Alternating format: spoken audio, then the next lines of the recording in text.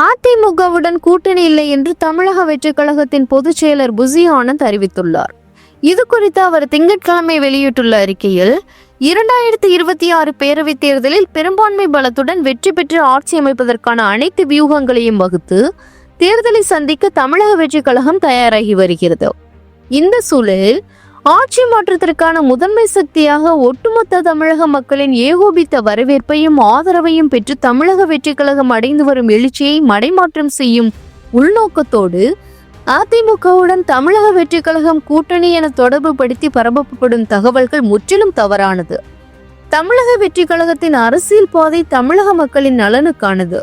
வெற்றி கொள்கை திருவிழாவில் விஜய் ஆற்றிய உரையில் தெரிவித்த நிலைப்பாட்டின் அடிப்படையில் பெரும்பான்மை பலத்தோடு நாட்டு மக்களின் பேராதரவோடு வென்று தமிழ்நாட்டு மக்களின் நலனுக்கான நல்லரசை அமைப்பதை தமிழக வெற்றி கழகத்தின் குறிக்கோள் என தெரிவித்துள்ளார் புசி ஆனந்த்.